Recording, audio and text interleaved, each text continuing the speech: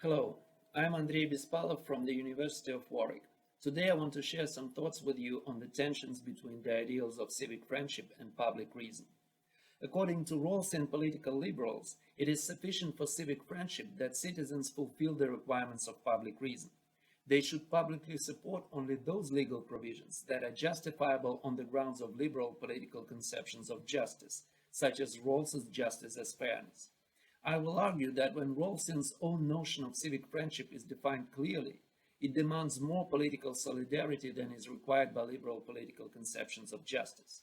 Therefore, the commitment to public reason is insufficient for civic friendship. Furthermore, legal provisions aimed at maintaining civic friendship cannot be publicly justified. The main challenge for a Rawlsian conception of civic friendship is to make it compatible with the commitment to reasonable pluralism. John Rawls's view of what he called a well-ordered democratic society doesn't fit well with the classical Aristotelian idea of a political community that is held together by the bonds of civic friendship. Firstly, in Rawls's view, a well-ordered democratic society is not a community at all. By this he meant that liberal democratic citizens do not adhere to one and the same conception of the good, nor can they reasonably be expected to do so. On the contrary, they accept deep disagreement over the matters of morality, philosophy, and religion as a normal condition, which can only be removed by the autocratic use of state power. Therefore, a Rawlsian idea of civic friendship cannot be an Aristotelian idea of friendship for virtue. If members of a well-ordered democratic society deserve to be called civic friends, this is not because they share a common view of the good life. Likewise, in Rawls's view, a well-ordered democratic society is not an association. By this, he meant that liberal democratic citizens do not jointly pursue one particular end, nor can they reasonably be expected to do so. A political society, as Rawls understood it, is not something that we enter or exit voluntarily, depending on whether or not it helps us to advance our goals. Rather, we, I quote Rawls, find ourselves growing up in this society, in this social position, with its attendant advantages and disadvantages, as our good or ill fortune would have it. End of quote. Therefore, a Rawlsian idea of civic friendship cannot be an Aristotelian idea of friendship for utility. If members of a well-ordered democratic society deserve to be called civic friends, this is not because they pursue a common goal that explains and justifies their membership. Yet, Rawls certainly didn't think that a well-ordered democratic society is totally devoid of any general purpose. On his definition, a well-ordered democratic society is a fair system of cooperation between free and equal citizens. What liberal democratic citizens share is not a particular publicly established end, but the commitment to cooperate on fair terms while they pursue a variety of their own private ends. If there is any shared end that can be ascribed to them, it is their common shared end of justice, which Rawls famously called political, not metaphysical. In this case, I quote Rawls again, the social union is no longer founded on a conception of the good as given by a common religious faith or philosophical doctrine, but on a shared public conception of justice, appropriate for the conception of citizens in a democratic state as free and equal persons. So, if members of a well-ordered democratic society deserve to be called civic friends, this is because they are jointly committed to a liberal political conception of justice, such as Rawls's own justice as fairness. Civic friendship for political justice is not a trivial idea. On the one hand, this kind of friendship must not be predicated on a joint commitment to a particular comprehensive doctrine or final end. On the other hand, in order for it to be a genuine friendship, it must involve something more than an occasional, merely self-interested partnership. Here, R.J. Leland's recent work is immensely helpful. He formulates 4 necessary conditions for Rawlsian civic friendship. According to Leland, civic friends non-instrumentally value fair cooperation. This is the first condition. Second, they share a sense of one another's interests. Third, they recognize that these interests are advanced by political means. Finally, civic friends trust each other and tend to feel satisfaction when their engagement in politics results in mutual advantage.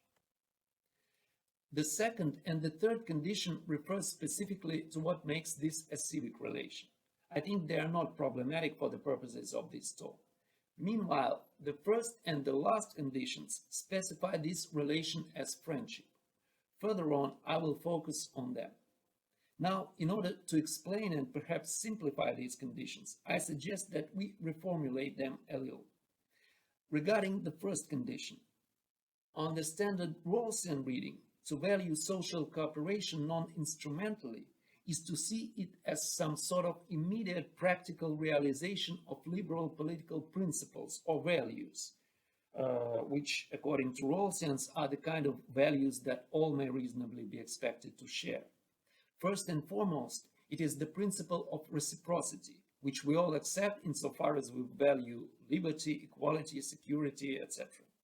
As for the last condition, I think it corresponds perfectly to what R.J. Leland and Han van Wijtmachen write in an earlier paper on political community and public reason. There they claim that civic friends, I quote, want to help one another through participation in political life, end of quote. In a nutshell, civic friends show reciprocity towards one another and want to help one another through participation in political life. In Rawlsian's view, in order to maintain this friendly relationship, it is necessary and sufficient that citizens abide by the requirements of public reason. Namely, they ought to make political decisions only on the grounds of reasons that all may reasonably be expected to accept. As a result, public reason brings civic friendship even under the conditions of deep moral, religious, and philosophical disagreement. Is this really so? The key notion here is the notion of reasonableness. For Rawlsian political liberals, it means mainly two things. First, reasonable citizens recognize the burdens of judgment. In other words, when they publicly debate over legal provisions with one another, they do not claim to be arguing on behalf of the whole or the ultimate truth. Reasonable citizens are well aware that the truth of their most deeply held religious, philosophical, or moral convictions is controversial. So they refrain from justifying their preferred laws and policies to others on the grounds of reasons that are derived directly from comprehensive doctrines of the good. Reasonable citizens recognize that these are not proper public reasons. These are not the reasons that all may reasonably be expected to accept.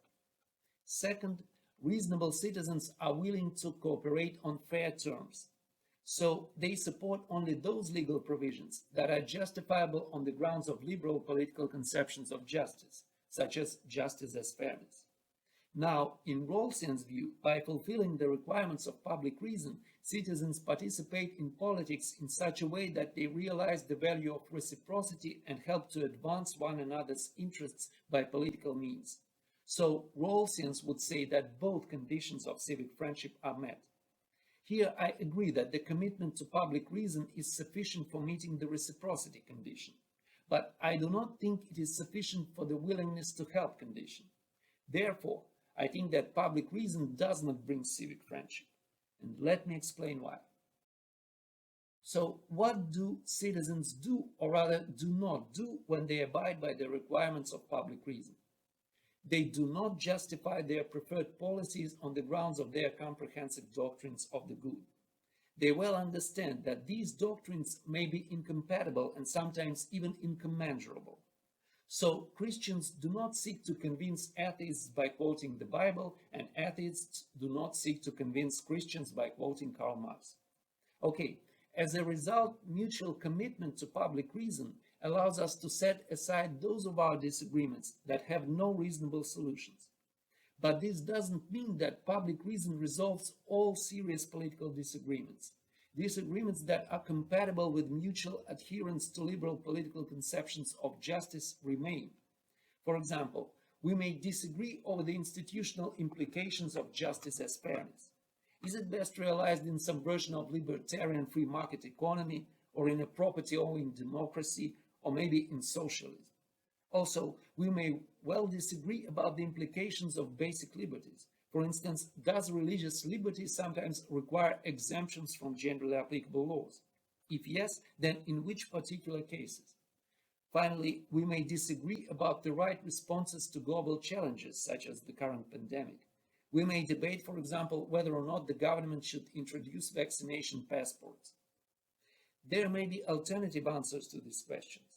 The answers may all be compatible with reasonable political conceptions of justice, and at the same time incompatible with one another. In a word, public reason is incomplete. And by the way, this is not at all surprising. Mere reasonableness cannot by itself suggest the best solutions to all political problems. The idea of public reason sets very general formal framework for public deliberation, but the problems that we as citizens have to solve are substantive and specific. Most of the time, the best we can do is propose a number of reasonable solutions to one another, and then rely on relevant legislative or judicial procedure to actually choose a solution that will be mandatory for us all. As a result, we may well find ourselves compelled to obey a law that we do not consider to be the best option. We may have to obey the law that doesn't advance our best interests as we understand them. Yet, if the law is supported by reasons that are compatible with liberal political conceptions of justice, we may reasonably be expected to obey it. Notably, as free and equal citizens, we always have the right to criticize the current authorities' decisions. We may seek to influence them and ultimately change the government through elections in order to implement the policies that we prefer. So, as we realize our political liberties, we may well engage in a robust partisan contestation with one another. The parties to this contestation may all be committed to one and the same liberal political conception of justice, say justice as fairness, but it may still be the case that none of the parties is willing to help their political opponents, nor may they reasonably be expected to. Take, for example, vaccine passports. They are defended as instrumental in a faster reopening of economies and return to a relatively normal life. Opponents of vaccine passports consider them discriminatory and conducive to an unwelcome increased surveillance over our private lives. The arguments from both sides remain within the remit of liberal political conceptions of justice. They do not refer to any comprehensive doctrines of the good. So both the advocates and the opponents of vaccine passports abide by the requirements of public reason. But I do not see how they can reasonably be expected to politically help each other in this case. It would both be reasonable to introduce vaccine passports and to refrain from doing so.